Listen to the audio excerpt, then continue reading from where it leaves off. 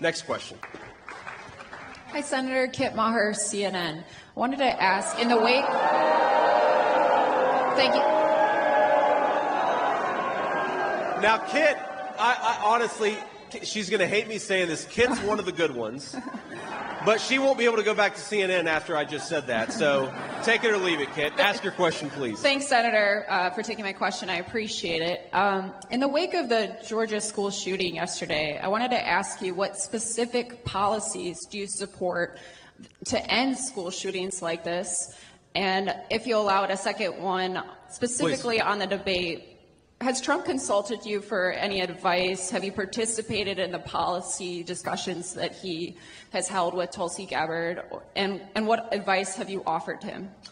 Yeah, so just on the debate, I mean, look, the president and I talk every day, and, you know, we're constantly talking about what are we seeing out there, what are people that we're talking to saying to us, because we do, unlike the Kamala Harris campaign, get out there and talk to people. We don't just stand in front of a teleprompter and try to talk at them. We often let them say things, too. And so we're constantly trading ideas and trading, you know, war stories from the campaign trail about what we're hearing and what we're seeing. But no, you know, we're not going to have some formal debate prep session because Donald Trump doesn't need it. Donald Trump actually knows what he believes, and he knows his record, and that's all he really has to talk about. So whether it's with Tulsi or with RFK or with Nikki Haley or with anybody else, I think the president will keep on doing what he does, which is talk to people, hear what they're seeing, actually go out there and try to understand what they're seeing on the campaign trail and just try to incorporate that into a message that works for the American people. That's what he's done. That's what he'll continue to do. Now, on the first question, look, first of all, what happened in Georgia is just an awful tragedy. And I know we've got a lot of parents and a lot of grandparents in this room. I mean, I cannot imagine, you know, little kids so excited to go back to school. God love them. And they're at their first week back from the summer, and an absolute barbarian decides to open fire and take their lives and also a couple teachers.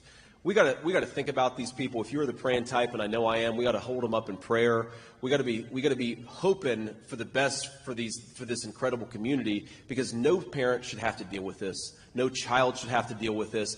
And yes, after holding these folks up in prayer and giving them our sympathies, because that's what people deserve in a time of tragedy, then we have to think about how to make this less common. Now, look, the Kamala Harris answer to this is to take law-abiding American citizens' guns away from them. That is what Kamala Harris wants to do.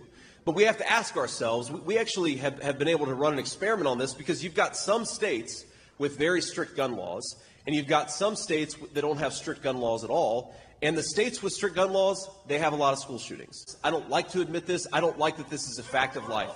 But if you are a psycho and you want to make headlines, you realize that our schools are soft targets.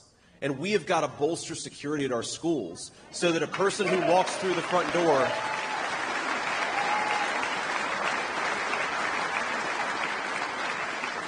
we've got to bolster security so that if a psycho wants to walk through the front door and kill a bunch of children, they're not able to.